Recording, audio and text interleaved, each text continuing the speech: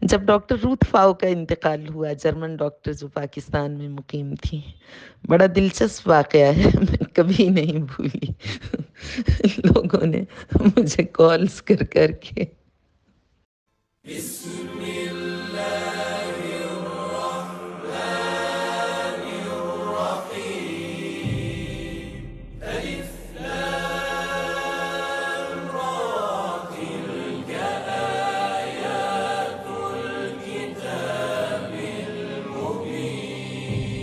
إنا أنزلناه قرآنا عربيا لعلكم تعقلون نحن نقص عليك أحسن القصص بما أوحينا إليك هذا القرآن وإن كنت من قبله لمن الغافلين. بسم اللہ الرحمن الرحیم فلا تزکوا انفسکم هو اعلم بمن اتقى الم تر الی الذین یزکون انفسهم بل اللہ یزکی من یشاء۔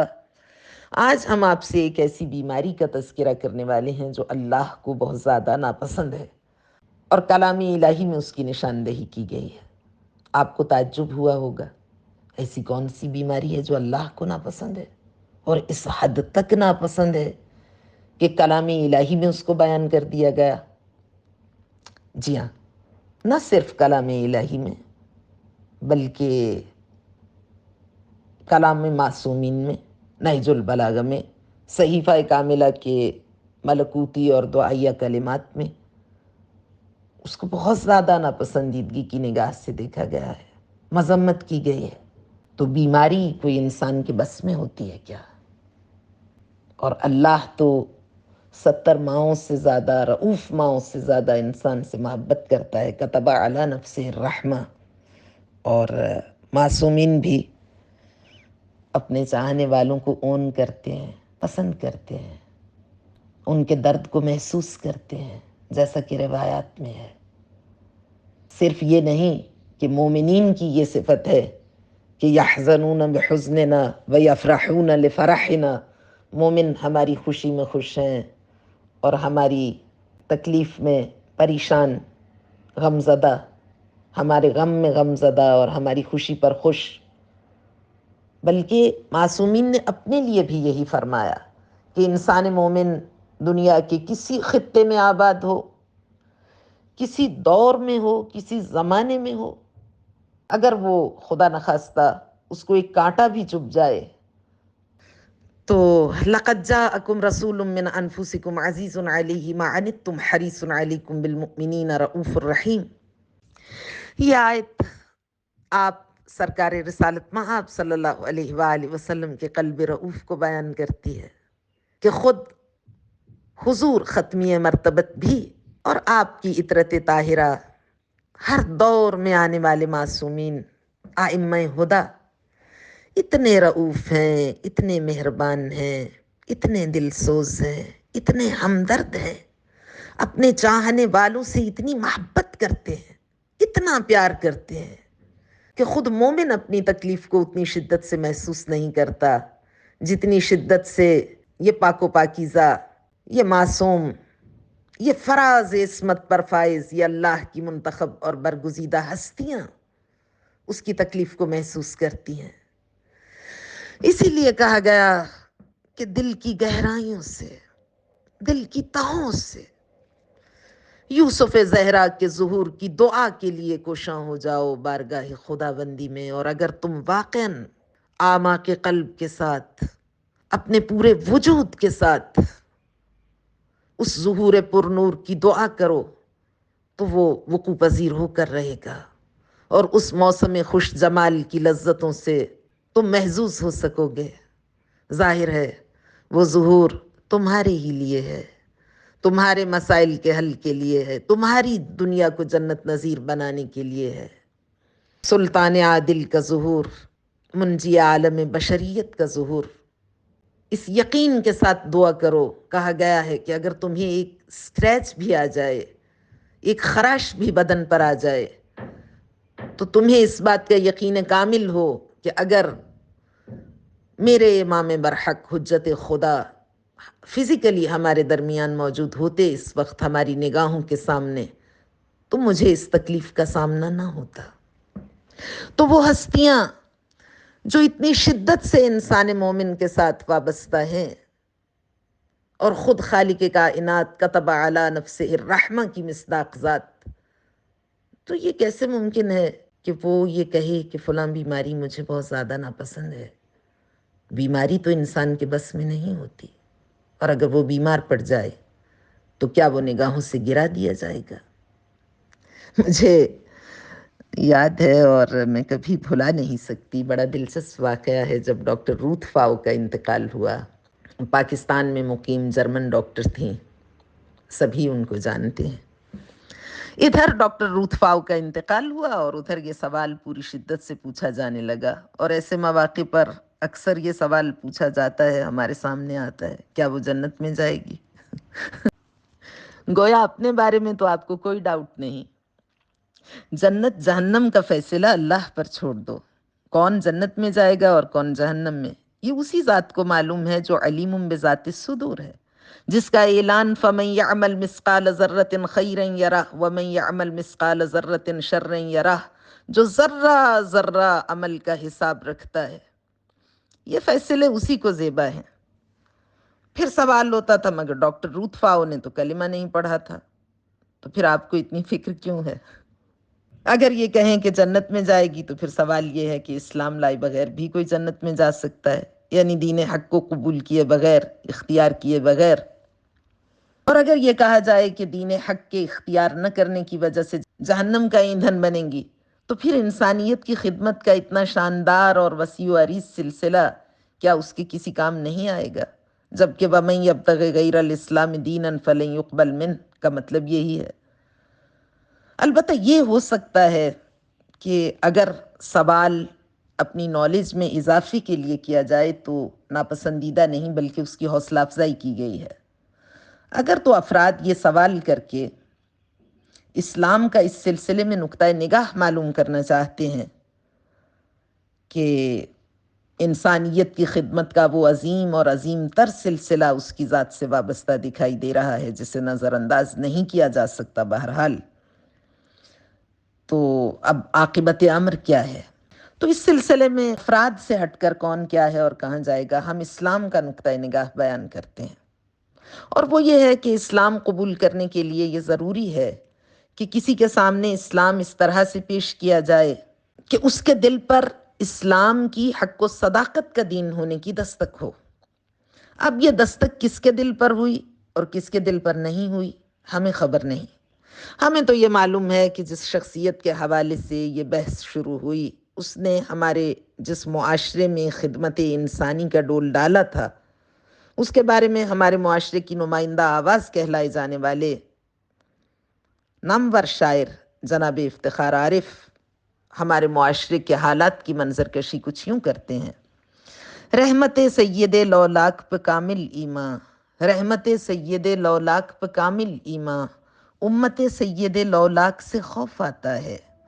وہ معاشرہ جہاں دین و مذہب کے نام پر قتل و غارت گری کا بازار گرم ہو، جہاں پر لوگ اہل کلمہ ہی کو کافر قرار دے کر مار رہے ہوں، وہاں پر کسی سے یہ توقع رکھنا کہ وہ کوئی اس ہمارے معاشرے کو دیکھ کر اپنے دل و دماغ پر حق و صداقت کی دستک محسوس کر سکتا ہے، جہاں پر لوگ اہل کلمہ ہی کو کافر قرار دے کر مار رہے ہوں، وہاں پر کسی سے یہ توقع رکھنا کہ کوئی ہمارے اس معاشرے کو دیکھ کر اپنے دل و دماغ پر حق و صداقت کی دستک محسوس کرے، بہت ہی سادہ لوح ہونے کی دلیل ہے۔ صورتحال تو یہ ہے کہ دوسرے ممالک کے لوگ یہاں آنے سے گھبراتے ہیں، جبکہ فاؤ کی شخصیت نے اسی خوف کی فضا میں وہ کام کیا جس کا تصور بھی عام افراد کے لیے حیران کن ہے۔ کوڑ کے مرض کو کنٹرول کیا، لیپریسی۔ آپ کو معلوم ہے کہ یہ مرض کتنا خوفناک ہے، زخموں سے بدبو آنے لگتی ہے، اس شخص کو اس کے اپنے گھر ہی کے افراد برداشت نہیں کر پاتے۔ ہم نے ڈاکٹر فاؤ ہی کے حوالے سے یہ بھی پڑھا کہ اگر وہ پاکستان آ کر اس مرض کے خاتمے سے نبردآزما نہ ہوتیں اور اس کے خاتمے کو اپنا مشن نہ بنا لیتیں تو یہ مرض پاکستان میں پھیلتا چلا جاتا اور اس کے نتیجے میں باہر کے ممالک پاکستانیوں کو اپنے ایئرپورٹس پر اترنے سے روک دیتے، باہر کے لوگ پاکستان میں آنا گوارہ نہ کرتے۔ لیکن آفرین ہے اس شخصیت پر جس نے اپنا وطن ترک کیا، اپنے عزیزوں کو چھوڑ کر انسانیت کی خدمت کے جذبے سے وابستہ اپنی میڈیکل کی تعلیم کو جلب زر کا ذریعہ بنانے کے بجائے ذریعہ خدمت بنا کر یہاں آ کر کام کا آغاز کیا۔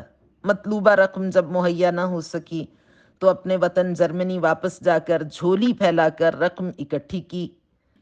اس نبی کی امت سے تھیں جن کے متعلق قرآن کریم نے ان کی زندگی اور قول کو یوں بیان کیا ہے کہ انی ابرئ الاکمہ والابرص واحیی الموتى باذن اللہ، میں کوڑھیوں کو شفا دوں گا۔ شاید اس نے اسی کو مد نظر رکھ کر ان کے علاج کے لیے کمر ہمت باندھ لی۔ اگر ہم اس کے سامنے اسلام کا درخشاں چہرہ پیش کرتے تو اسے قبول کرنے میں بھلا کیا رکاوٹ ہو سکتی تھی؟ عزیز و اقربا کی مخالفت، ان سے علیحدگی، ہجرت، یہ سب کچھ تو وہ پہلے ہی کر چکی تھی۔ دل یہ کہتا ہے کہ اسے قبول کرنے میں قطعاً کوئی دشواری نہ ہوتی، انکار کی کوئی وجہ دکھائی نہیں دیتی۔ اور کیا ہم یہ فرض نہیں کر سکتے کہ جس نبی کی زندگی کے کسی ایک کام کو اپنی زندگی کے لیے مشن کے طور پر اپنا کر پوری زندگی اس پر لگا دی، تو وہ نبی جب اس کو پتہ چلے، یعنی ڈاکٹر فاؤ کو جب پتہ چلے کہ وہ نبی کسی کے انتظار میں چرخ چہارم پر خیمہ نصب کیے بیٹھا ہے اور وہ مصطفیٰ کے بار میں جانشین کی بیعت کرنے اور یوسف زہرا اس منجی عالم بشریت کی نصرت کے لیے آئے گا، تو کیا اس کو اس بیعت سے کوئی انکار ہو سکتا ہے؟ جب نہیں ہو سکتا تو کیا اس وقت اس کے نبی اس عیسیٰ مسیح کے توسط سے ہم اس کو منجی عالم بشریت کی بیعت میں سمجھ سکتے ہیں یا نہیں؟ یہ ایک سوال ہے، میں کوئی فیصلہ نہیں کر رہی، یہ سوال ہے۔ اور دوسری بات یہ ہے کہ ایک روایت جس کو علماء اعظام نے ذکر کیا ہے، غالباً شہید مرتضیٰ مطہری نے عدل الہی میں بھی اس کا تذکرہ کیا ہے، وہ یہ ہے کہ ایسے لوگ جن کے سامنے اسلام کی حقانیت اس دنیا میں قابل قبول صورت میں پیش نہیں کی جا سکی، جبکہ وہ طبعاً انصاف پسند تھے، عادل تھے، عدل دوست تھے، جسٹ تھے، کہ اگر اسلام کی صداقت کی دستک ان کے دل و دماغ پر ہو جاتی تو وہ یقیناً اسلام تو قبول کر لیتے۔ خداوند عالم روز قیامت ان کے لیے ایسا ماحول پیدا کر کے ان کے سامنے اسلام کو اس انداز سے پیش کرے گا کہ جیسے ایک فطری ماحول میں اس دنیا میں ان کی آزمائش ہو سکتی تھی، اور پھر وہ اس ماحول میں اگر اسلام کو قبول کر لیں گے تو ان کا حساب منکرین والا نہیں ہوگا بلکہ ان سے مختلف ہوگا، اور ظاہراً بلکہ یقیناً عدل الہی کا تقاضا بھی یہی ہے۔ خیر، یہ جملہ معترضہ تھا اور خاصا طویل جملہ تھا جو درمیان میں آ گیا۔ وہ بیماری کون سی ہے جو اللہ کو ناپسند ہے، معصومین کو ناپسند ہے؟ نہج البلاغہ کی کلمات گوہر بار میں اس کی نشاندہی کی گئی، صحیفہ کاملہ کی دعاؤں کے ملکوتی کلمات میں دعائیہ انداز میں اس بیماری کی مذمت کی گئی۔ یہ یاد رہے، مذمت بیماری کی گئی ہے، بیمار کی نہیں۔ بیماری سے فاصلہ اختیار کرنے کا حکم دیا گیا ہے، بیمار سے نہیں۔ اس کی اصلاح کرنا ضروری ہے۔ آپ تعجب نہ کریں، کلام الہی میں اور جو سرمایہ شفا ہے کائنات کے لیے، اور کلام معصومین میں بہت سی سائیکلوجیکل ایلیمنٹس ایسی ہیں جن کی نشاندہی کی گئی ہے۔ مولا کائنات نے نہج البلاغہ میں فرمایا لا یرضون من اعمالہم القلیل ولا یستکثرون الکثیر وہم لانفسہم متہمون ومن اعمالہم مشفقون اذا زکی احد منہم خاف مما یقال له فیقول انا اعلم بنفسی من غیری وربی اعلم بی منی بنفسی اللہم لا تؤاخذنی بما یقولون واجعلنی افضل ما یظنون واغفر لی ما لا یعلمون۔ صاحبان تقویٰ کے، اہل عمل کے، اہل دل کے حالات کو بیان کرتے ہوئے، ان کے ایٹریبیوٹس کو بیان کرتے ہوئے، ان کے صفات کا تذکرہ کرتے ہوئے مولا کائنات خطیب منبر سلونی سخن طراز ہیں۔ لا یرضون من اعمالہم القلیل، جو نیک افراد ہیں، جو خاصان خدا ہیں، جو مقام قرب الہی کی منزل پر فائز ہیں، وہ کبھی اس بیماری کا شکار ہی نہیں ہوتے، ان کو کبھی یہ مرض دامنگیر نہیں ہوتا۔ اور وہ مرض کیا ہے؟ آپ کے انتظار کے لمحے ختم ہوئے۔ عجب، نارسیسزم، خود پسندی۔ اللہ نارسیسسٹ کو بہت زیادہ ناپسند کرتا ہے، جسے ہم اپنی زبان میں میراثی کہتے ہیں۔ وہ لوگ جو خود ہی اپنی محبت میں مبتلا ہو جاتے ہیں اور اپنے اعمال کو پسند کرنے لگتے ہیں اور لوگوں کے سامنے فخر و مباحات بھی کرتے ہیں. فلا تزکوا انفسکم هو اعلم بمن اتقى الم تر الی الذین یزکون انفسهم بل اللہ یزکی من یشاء. اپنی تعریف کرنا تمہارا کام نہیں، یہ خدا کے سپرد کر دو اور وہ اس فریضے کو زیادہ اچھے طریقے سے انجام دے گا. اسی لیے کاروان انسانی کے مکتب اسلام کے عظیم پیشوا، سعادت بشر کے امین و نقیب، حبیب الہ العالمین کے حبیب، منبر سلونی کے خطیب، عالم ربانی، معلم اخلاق انسانی، مجموعہ فضائل نفسانی، غواص دریائے معرفت الہی، مولا کائنات علی ابن ابی طالب علیہ السلام، جو منبع کمالات ہیں، مجمع فضائل ہیں، گلدستہ محامد ہیں، وہ اپنے بارے میں ارشاد فرماتے ہیں: الہی کفا بی عزا ان اکون لکا عبدا و کفا بی فخرا ان تکون لی ربا. پروردگار، علی کی عزت کے لیے یہی کافی ہے کہ وہ تیرا عبد ہے، اور اس کے فخر کے لیے اتنا ہی بس کہ تو اس کا معبود ہے، اس کا خدا ہے. تو خالق کائنات نے عجب کو بہت زیادہ ناپسند کیا ہے، اور مولا کائنات نے نہج البلاغہ میں ارشاد فرمایا: لا یرضون من اعمالہم القلیل. بلکہ خالق کہتا ہے: علیک اخفاؤہ علی اظہارہ. تم اپنی خوبیوں کو چھپاؤ، میں ظاہر کروں گا. لا یرضون من اعمالہم القلیل. مکتب علوی کے پیروکار، مولا کائنات کے فالوورز، ٹرو فالوورز وہ ہیں جو کبھی اپنے عمل سے راضی ہوتے ہی نہیں، ہمیشہ اپنی ذات سے شاکی رہتے ہیں. ان النفس لامارۃ بالسوء.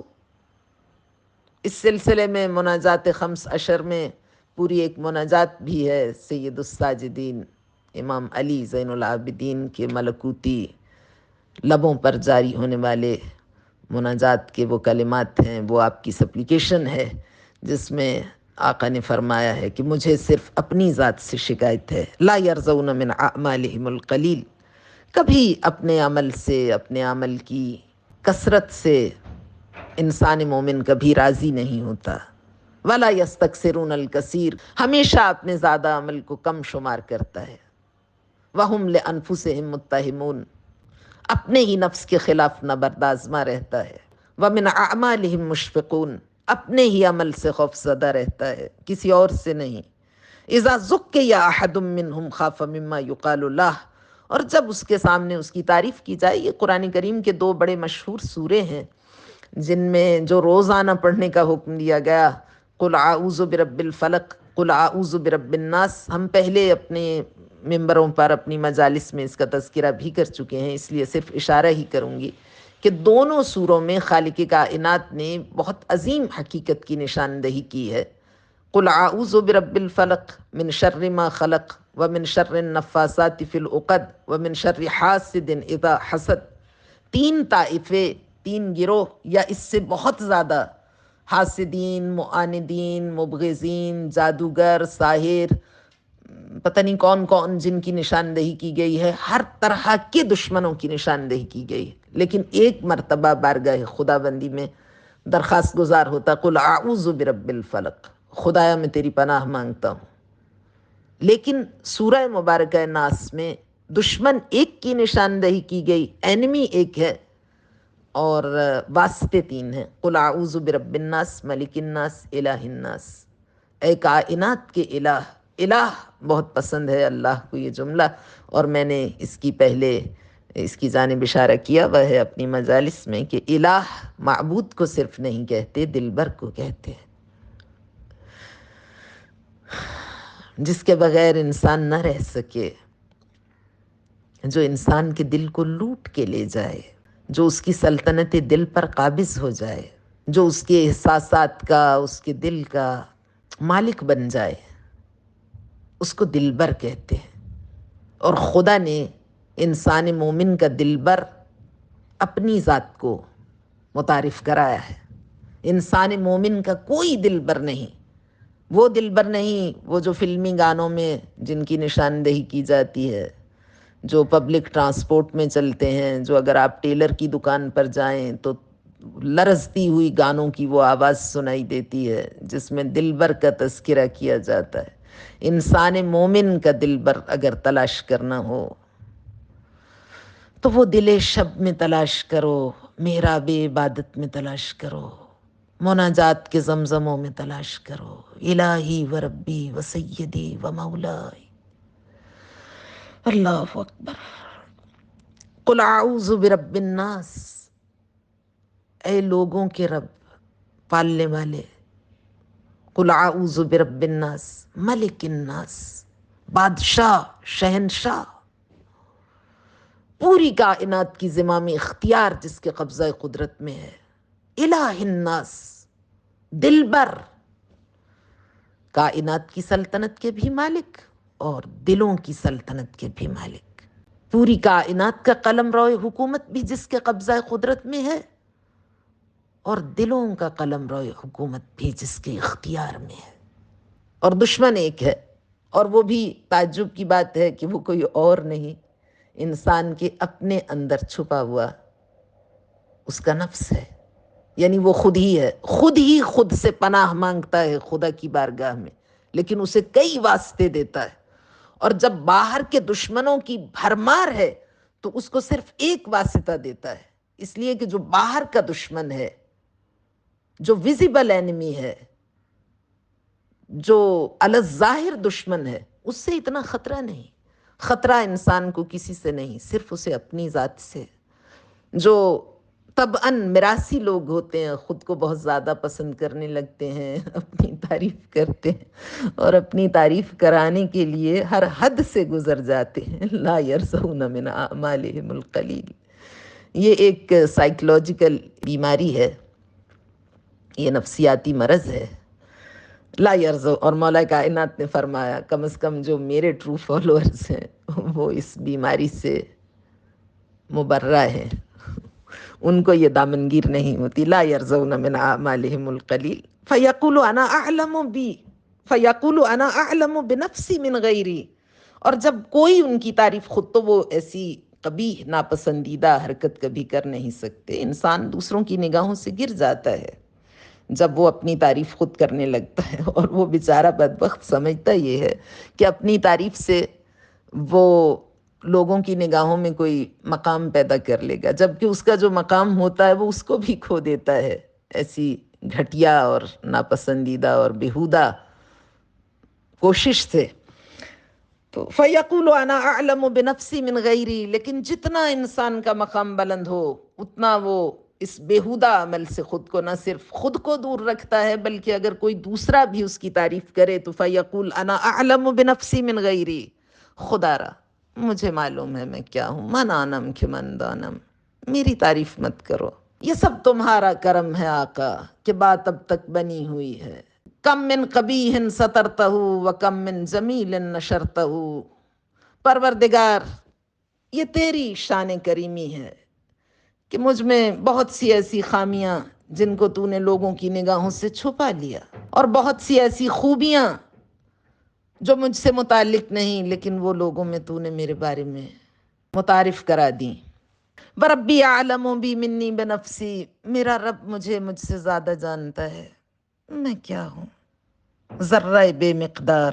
اللہم لا تؤاخذنی بما یقولون، وہ تڑپنے لگتے ہیں اور بارگاہ خالق سے مرتبط ہو کر درخواست گزار ہو جاتے ہیں، پروردگار لا تؤاخذنی بما یقولون، ان کی اس تعریف پر کہیں تو میری گرفت نہ کرنا، اجعلنی افضل مما یظنون، اور مجھ پہ ایک احسان کر دے کہ جیسا یہ لوگ مجھے سمجھتے ہیں ان کے تصور میں جو میری اچھائیاں ہیں ان سے کہیں زیادہ کمالات مجھے عطا کر دے۔ واغفر لی ما لا یعلمون، اور وہ میری برائیاں، وہ میری غلطیاں، کوتاہیاں، لغزشیں جو ان کی نگاہوں سے اوجھل ہیں ان سے عفو درگزر فرما۔ والسلام علیکم ورحمۃ اللہ۔ اللہم عجل لولیک الفرج۔ السلام علیک یا ابا عبداللہ وعلی الارواح التي حلت بفنائک، علیک منی سلام اللہ ابدا ما بقیت وبقی اللیل والنہار۔